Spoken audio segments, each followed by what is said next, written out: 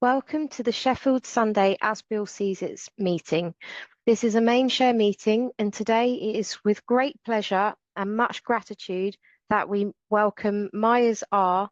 from Texas, who's come to share for about 40 minutes, after which we'll open up for general sharing or if you'd like to ask a question. So thank you, Miles. Thank you, Myers. It's wonderful to have you here. The floor is yours. Thank you, guys. It's so good seeing y'all. That it's funny. The last time I did this meeting with y'all, I don't remember when it was. It was probably last year sometime. But I picked this stuff out of the As Bill Sees It, and Young goes, "That's the same stuff you picked last time." And I thought, A, how does he remember that? It just sort of baffles me. And B, but I'll tell you the reason why. The As a book study nerd, I tend to be real focused on literature and this sort of thing. And one of the things that I've noticed is that the more I study the literature, the more I realized that Bill Wilson and the first 100, and then some of the folks that followed him, were screaming from a mountaintop, "Get back on track, pay attention, get back on track," because they could see in a short period of time, they could see that we were moving towards a non-literature based study to a just we're going to share our experience, strength, and hope. And the stories are groovy. I love the stories, but the what things that we share, it's important, it's necessary. But Bill Wilson is really clear on page 17, at least in our U.S. edition of the Big Book, that it's not going to be enough. That we need to pay attention to the common solution, which is what basically alcoholism is and what that solution looks like. Those stories can be quite separating at times. I spent 7 years in AA, almost 7 years, pushing back against the idea. My life tells me that I'm an alcoholic. My wife would tell you that I'm an alcoholic. Everybody that knew me would say that. And yet I'm listening to people's stories and going, I don't know. I didn't eat out of a dumpster. I didn't sit under a bridge with a bag in my lap. I didn't do this. I didn't do it. Pretty soon, I've got myself in this weird dynamic where I'm not all in. I'm not all out either, but I'm struggling with this thing. I'm a classic. For those 7 years, I was a classic fence sitter. I mean, you could see the little pickets poked up in my little skinny butt. I am not in the room. I am just sitting on the fence, looking at y'all and trying to connect in some way or another. And some of y'all will understand that. Some of you have been through the same dynamic. Um, I love doing these talks in Europe. I've got so many buddies in the UK now. When I get on here like this, and I see Dell and Young and some people that I know on here like that, Michael, I just it just freaks me out. For those that I haven't met, my name is Myers Raymer. Very grateful, recovered alcoholic from Central Texas, and it's so good to be here with y'all for a few minutes and talk about some of this stuff. I got sober. Chris, my twin brother, took me to my first AA meeting. He'd been sober 2 whole months, and he took me to my first AA meeting in January 15th of 1988. And it was, and I was one of those guys that I never even been in an AA meeting. And I came in, I immediately fell in love with everybody that was in that room. And I stayed. I had one sobriety day. And it was just, those were the kindest people I had ever met. And I wanted to stay a part of that forever. It was, and most of y'all understand what I'm feeling like that. I mean, I totally dig y'all, and we talk and we visit. We had 32 meetings a week in that club, and they were all discussion meetings. We had no literature meetings. We had nothing else like this. And so I just listened to your stories, and we would pray every day that some stripper would come in and tell us stripper stories or something like. I mean, we would just, you get tired of hearing all the other stories like that. We just wanted something different to come in, and it's sort of ironic that as the years go by, 3 or 4 years into the deal, I've still not worked the steps. I have a sponsor in name only, and we're not doing anything. And you know, if you did a little bell curve thing on this thing, I mean, it's like I'm better, I'm better, I'm better, and then 3 or 4 years in, it's like I'm not better. I I feel like I'm running off a cliff, and I can't seem to stop what's happening. Um, it's one of those kind of things, y'all, where I don't get into a bunch of story stuff because it just I drank for a long time and I was okay. And then all of a sudden it wasn't okay and things started falling apart and I knew I needed to stop. It was pretty simple stuff. But this dilemma of being in AA, going to 6 meetings a week, and I'm struggling with depression that's killing me. I'm struggling with relationship stuff that's I just I'm sort of a walking dumpster fire and I can't figure out why. And how many more meetings do I have to go to get what y'all have? That's all I know. Just don't drink. I know every aphorism on the wall, but I can't tell you who the co-founders of Alcoholics Anonymous are 5 years into the gig. I mean, that's not right. I mean, that's goofy. And yet everybody will just, you know, you're the most important guy in the room. You just sit and listen. This is no race. It's not. And I'm just dying. I'm manifesting restless, irritable, and discontent in a bunch of different ways. I'm eating too much. It's just I'm buying lots of stuff I don't need.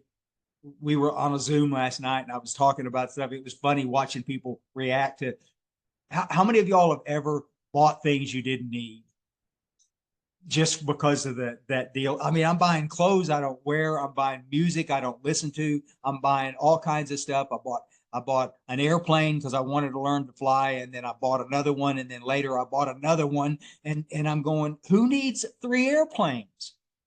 I mean, it's y'all, but y'all understand. I mean, somebody would say later, they would go, hey, Myers, did it ever occur to you that that was restless, irritable, and discontent that you were trying to treat? And I went, no, because I'm not very bright. I don't understand restless, irritable, and discontent. But I understand how it manifests. But anyhow, it's an uncomfortable place to have a couple of kids, sweet little sweethearts, and a wife, and they don't know who's coming home. If any of y'all ever experienced that, where you'll leave a meeting feeling like you're a spiritual giant, and then by the time you get home, you're all wrapped around the axle about something stupid, and they don't know who's coming in the door. Is it going to be the nice spiritual dad, or is it going to be some idiot? Unfortunately, the idiot came home a lot of nights, and so the dynamic around the Raymer household is a little bit goofy. My wife would just assume that I stayed in the other end of the house, and my kids are kind of scared of me because they don't know who's coming home, and it's just it's not what my family expected. Once I got on the straight and narrow and got rid of the booze and stuff, they weren't expecting that stuff. So I knew I was in trouble. I knew that I wouldn't last, and I remember I was going to do a little swan song thing at a meeting one night, tell everybody I was leaving AA, and I even scripted it out in a little. So I was going to give this little speech of, you know, and it was ridiculous. And I remember I started talking about it at the end of a meeting, and this guy said, Myers, just dude, listen, we know you're not doing well, we know you're not happy, but let me just give you some advice and save you, you know, the rest of your conversation. He goes, why? Maybe you just need to go to some more meetings and you'll be okay. And I remember looking at him and I'm kind of going, why did he stop me? I mean, I felt like my feelings were hurt. I remember walking out of that meeting that night. It was about 6 o'clock in the afternoon in Texas, and it was hotter than hell. And I remember getting in my old Toyota Land Cruiser, and I put my head down on the steering wheel, and I just started crying like a little kid. I couldn't stop. I just was guys, I don't want to I don't want to go get loaded again. I don't want to do that. But I cannot live this life this way. I cannot live day to day with this idea that if I just stay sober one more stupid day at a time, I'm going to be okay. And some of y'all can relate to that. The I called Chris and my twin, and I told him what was going on, and he lives down here in the hill country where I am now, and Chris just said, I gave you the name of an old guy named Cliff Bishop. Did you ever call him? Chris and a guy named Mark Houston, who was his sponsor, had met this guy in Dallas, and Clifford was kind of an iconic big book guy, had a couple of book studies in Dallas, and he wanted me to call him, and I never had, because I know what's best for Myers. It's just stupid, and I finally called him out of desperation and went over and saw him, and what transpired in the next 20 or 30 minutes was what I'm always fascinated with was that the guy was real direct with me. He wasn't mean. He wasn't, you'll do this or you can go someplace else. He wasn't demonstrative like that. He just simply helped me understand that as long as I was controlling everything, things were going to stay goofy. And it was a key moment in my recovery when I began to realize it would still take a while, but I would realize that I was on a path that was not going to be healthy. And so he kind of changed the direction of all of that. Asked me if I would stay for 2 or 3 months and study with them, and then I could go back to my original home group if I wanted to, or I could stay there with these book studies. And I thought, yeah, I cannot wait to go back to my original home group and tell everybody what an iconic AA guy I am now. And I mean, my pride was just ridiculous. It was just stupid.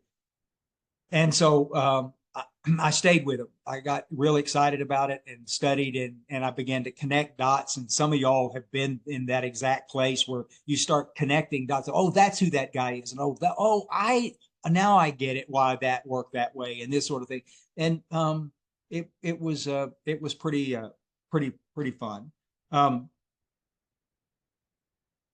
I always talk about this in talks like that, because in a minute I'm going to take a 90-degree angle and we're going to go a different way with this. But there was a cat named Don Pritz that kind of made me think in a different way in AA. Some of y'all may have heard this guy. If next time you got a couple of minutes, go Google Don Pritz.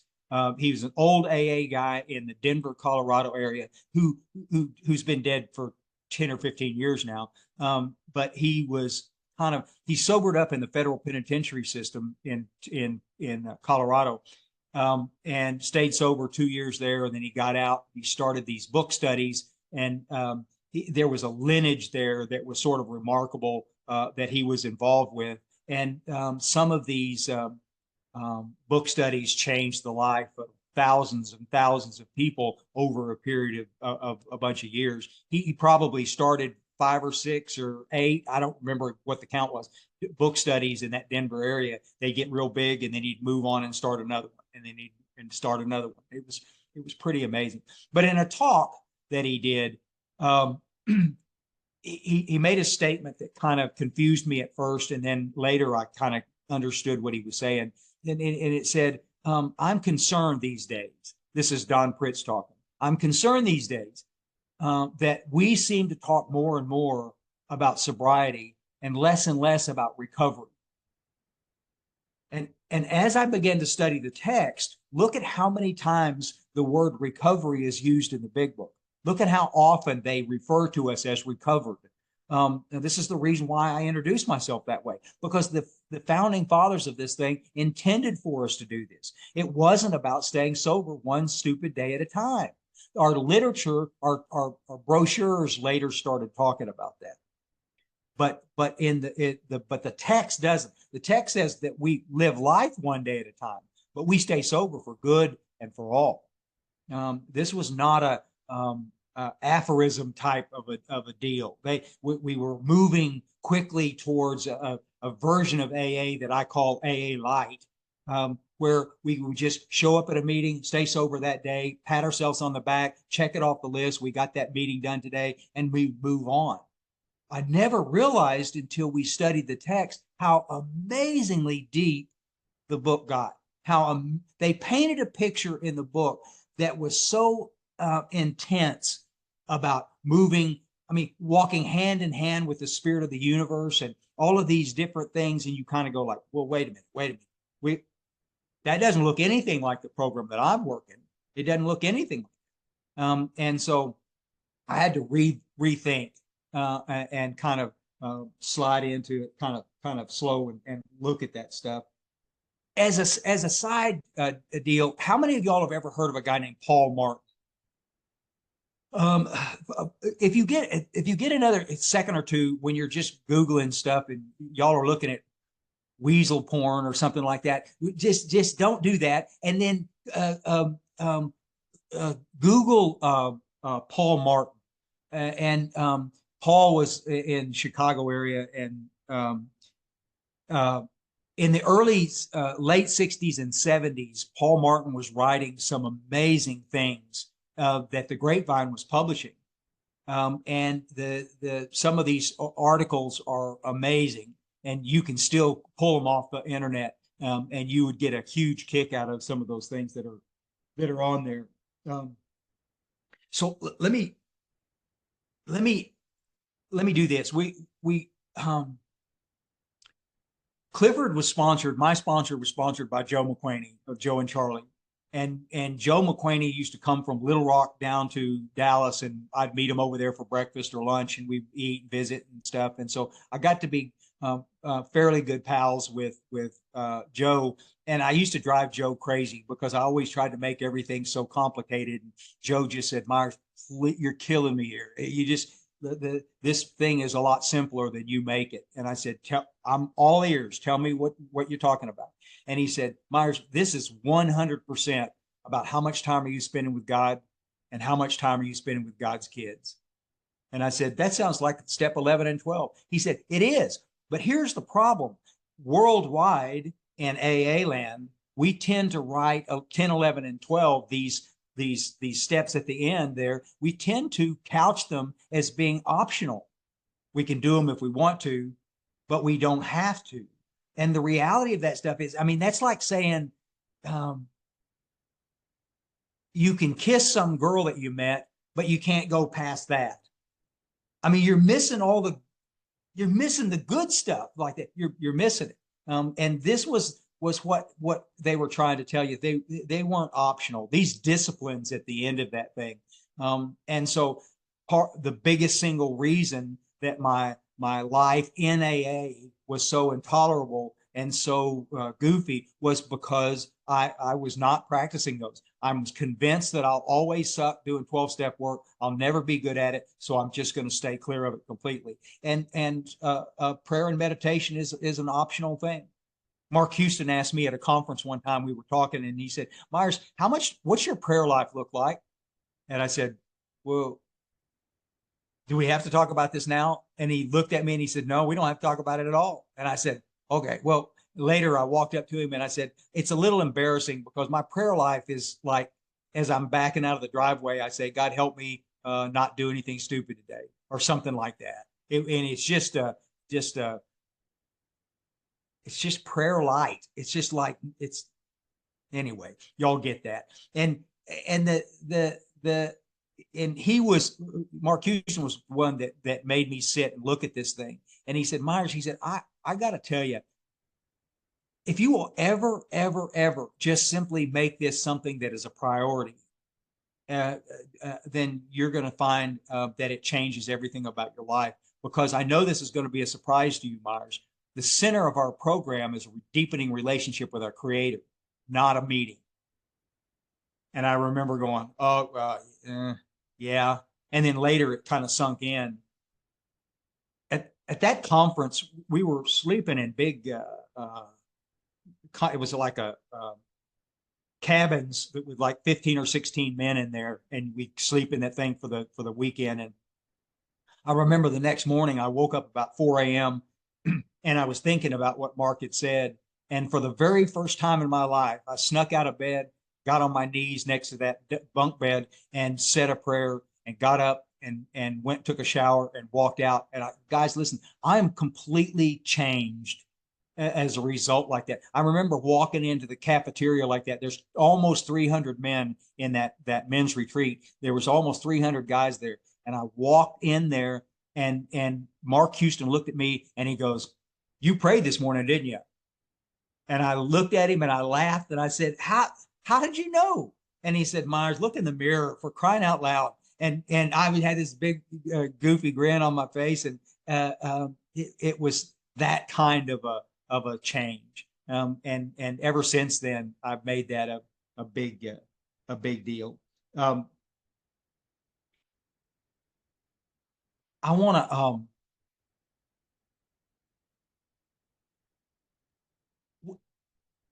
let's talk about this for just a second. I'm this step 11 stuff. I find so many men that I've worked with are real timid around this.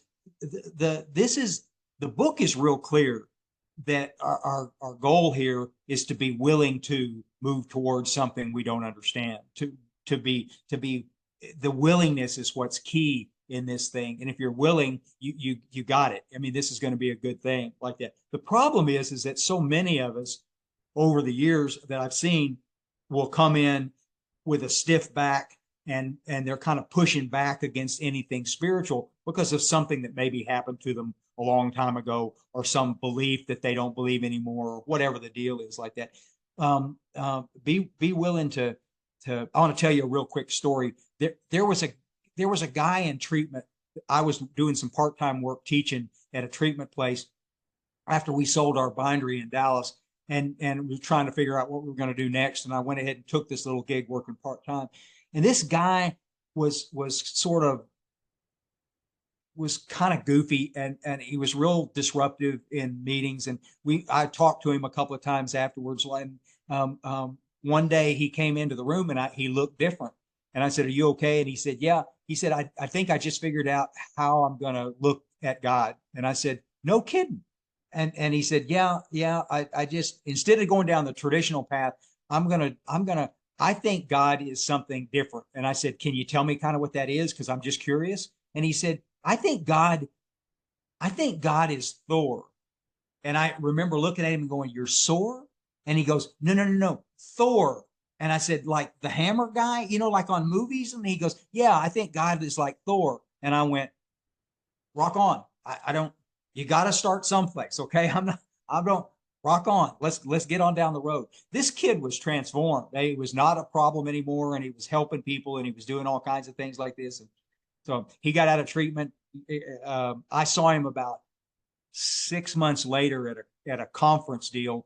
And I walked up to him. I said, "Dude, how are you doing?" And he said, "Oh, I'm doing great. And I'm doing great." And I said, "How's Thor?" And he goes, "Oh, look at this." And he kind of pulled me aside like this. And he pulled up his shirt like this. And he had a tattoo of Thor on his back with his arm hanging over his shoulder like this, with a big hammer laying across his chest like that. And I went, "Dude, that's badass." I mean, that's something special like that.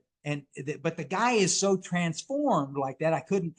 Well, a year later, I saw him at another conference deal, and I walked in and I gave him a big old hug and we talked for a second. And I said, "How's Thor?" And he goes, And I said, "No, I don't know. What do you mean?" And he said, "Well, I've kind of moved on a little bit. I think God is deeper than that." And I went, "No kidding." And we talked for a few minutes.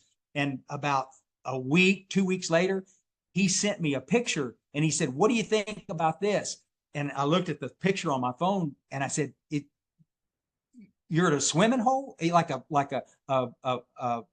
pool?" And he goes, No, I'm getting baptized."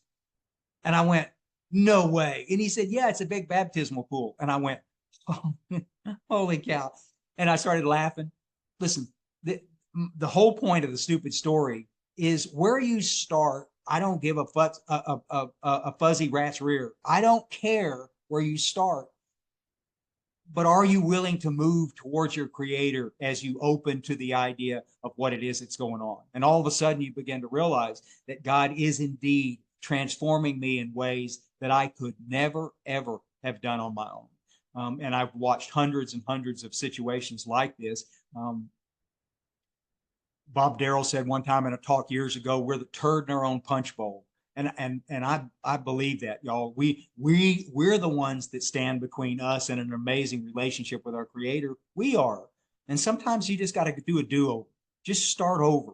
And then see what you got. I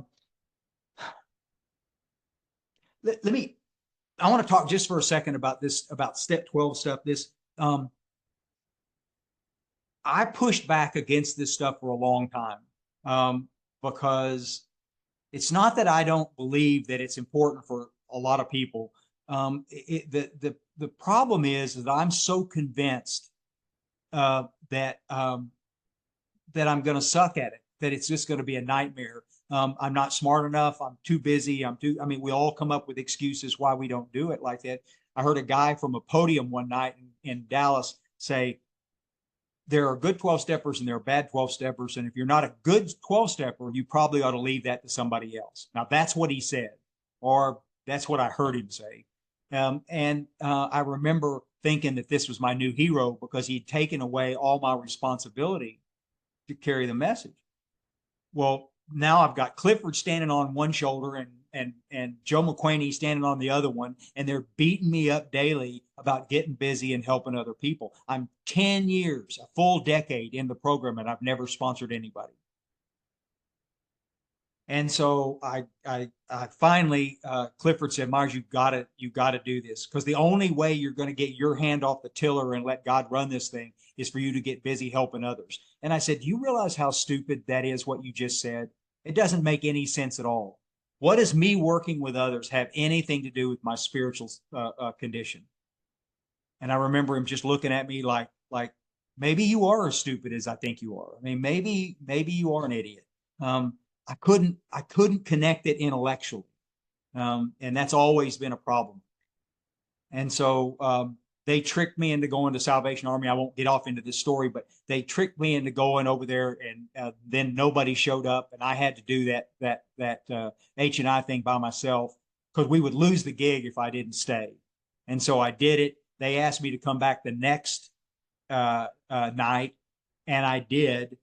And I left that meeting sponsoring 4 men, and it was like a game changer. I just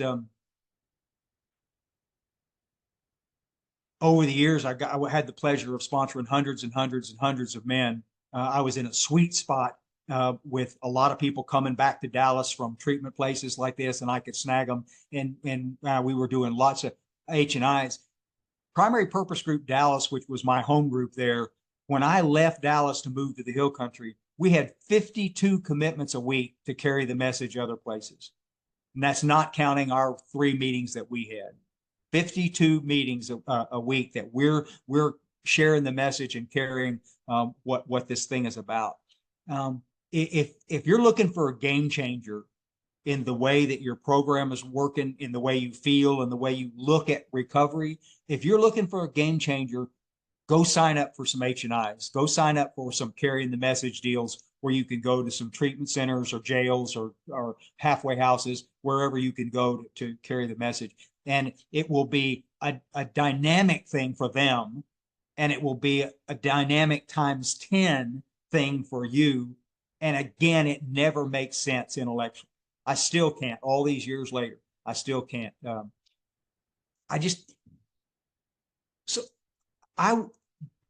In Dallas, I had 2 major commitments. I had 3 major commitments, but 2 of them were really what I focused in on. There was a place called Homeward Bound, and then the Salvation Army. And the Homeward Bound guys were taking. It was a 3-story concrete building that always smelled like urine. It was just, they were pulling people right in off the street that were just really in bad shape, and they would put them in there, take care of them, get them a little healthy, and then we would come in and carry the message of hope from the big book. And I would go out there on Wednesday night and Friday night for 5 years, I went out there every Wednesday and every Friday, until my kids got big enough. I had to kind of pull back on that Friday night deal. But God, let me tell you, because I want to be as transparent as I can about this. Every Wednesday and every Friday, I would wake up in the morning and I'd be laying in bed, and all of a sudden I'd wake up and I'd go, "Oh, damn, it's Wednesday." And I would know that I was going to have to make an hour and a half trip across Dallas.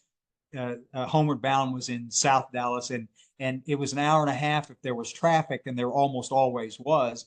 And I'm just, oh, dang, I don't want to go. I don't want to go. But I'd go, and I would get over there, walk in the building, hold my nose because it always stunk. They put me up on the third floor in a hallway with all of these men lined up around the side of the room of the hall, and we would have this meeting. Like that. After the meeting, they would let me walk out on a fire escape and walk down the side of the building. So guys, listen to this. I would walk out of the building, and when you open the door, it's a perfect lineup with the skyline of Dallas, Texas, and the sun has already gone down and the moon's coming up behind the skyline, and it's absolute, you're smelling this fresh air. And I always walk out there, take a deep breath, and gratitude like I have never felt in my whole life. It was sort of an amazing deal. I'd walk downstairs, and as I'm walking downstairs, I'm listening to my homeboys and girls down in the parking lot that are in other parts of the building doing their talks and shares. And I'd meet them down there, and we'd lean against those vehicles, and they'd smoke a butt, and we'd laugh and laugh and laugh. And it was just like I've always felt like I was in elementary school again. I mean, these were people that were so aligned with what I was doing, and we were just, sometimes we didn't even talk. Sometimes we just look at each other and smile, and just, y'all understand that kind of contented, I'm right where I need to be at the right time. And I would get in my truck, and I'd put on some old Marvin Gaye, and I would drive back to where I live north of Dallas like that. And we would be just, it was like an hour of pure heaven going back to home. And I would walk in. I remember my wife one night, she said, "I'm not exactly sure what you do over there when you're at Homeward Bound, but I got to tell you this, don't ever stop doing it, because every time that you come home, you are transformed." And I always laughed at her, and I'd go, yeah, I know. You need a transformed man, that's for sure. You deserve one. It's like this kind of stuff is pure, is pure magic. And yet, if you crawl up in your head, you'll talk yourself out of doing anything. I don't know what to do. I don't ever. Guys, when I'm sponsoring new men, I'm not a heavy-handed sponsor. I don't. You're going to do it my way or the highway. I don't. I'm going to be your bud regardless of whether you do things the way I'm going to paint this picture of what AA looks like as clearly as I can, as quickly as I can. This is a race. What lines up with the big book more than that? It's going to take me a year and a half to do the steps, or let's get through the work as quickly as we can. I'm not trying to shove this stuff up anybody's rear, but I'm trying to let you know like that there's too many things fighting against us on this thing. Somebody told me one time, he said, "Myers, there's two things I cannot give you. I cannot give you willingness, and I cannot give you gratitude.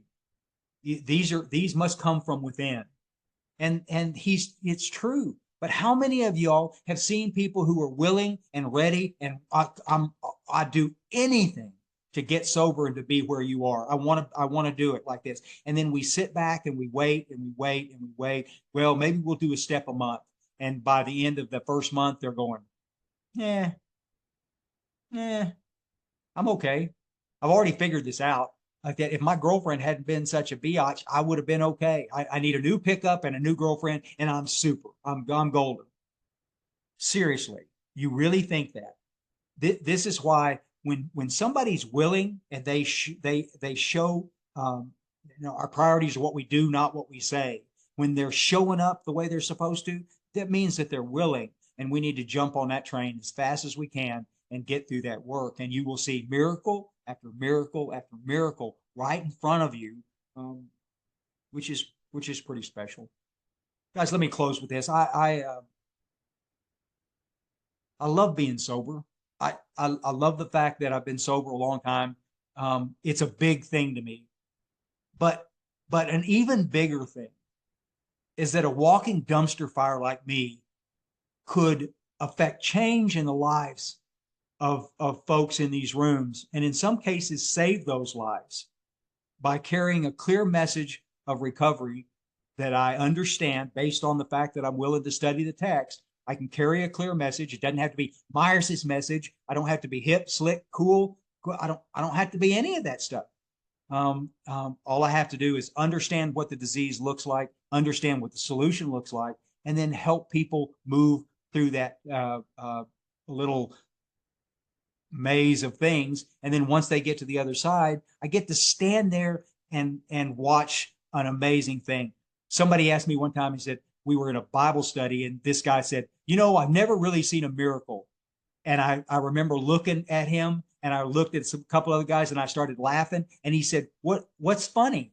And I said, buddy, I've seen thousands of miracles. I've seen thousands and thousands of people who are absolutely the bottom of the barrel low lives, and I've watched their lives transform into something that was pure magic. Who knew? And it still doesn't make any sense intellectually. I still can't connect it up, but I don't care. I don't care. All I care about tonight is that I get a chance to go help somebody, and that's all that matters. And at the end of the day, when you're looking back, when you're a crusty old guy like me looking back, you'll sit there and scratch your head one day and realize that your life meant something, that you affected change in the lives of other people. And that's some heady stuff. Truly it is. All right, I'm going to shut up. I love you guys. Thank you for listening.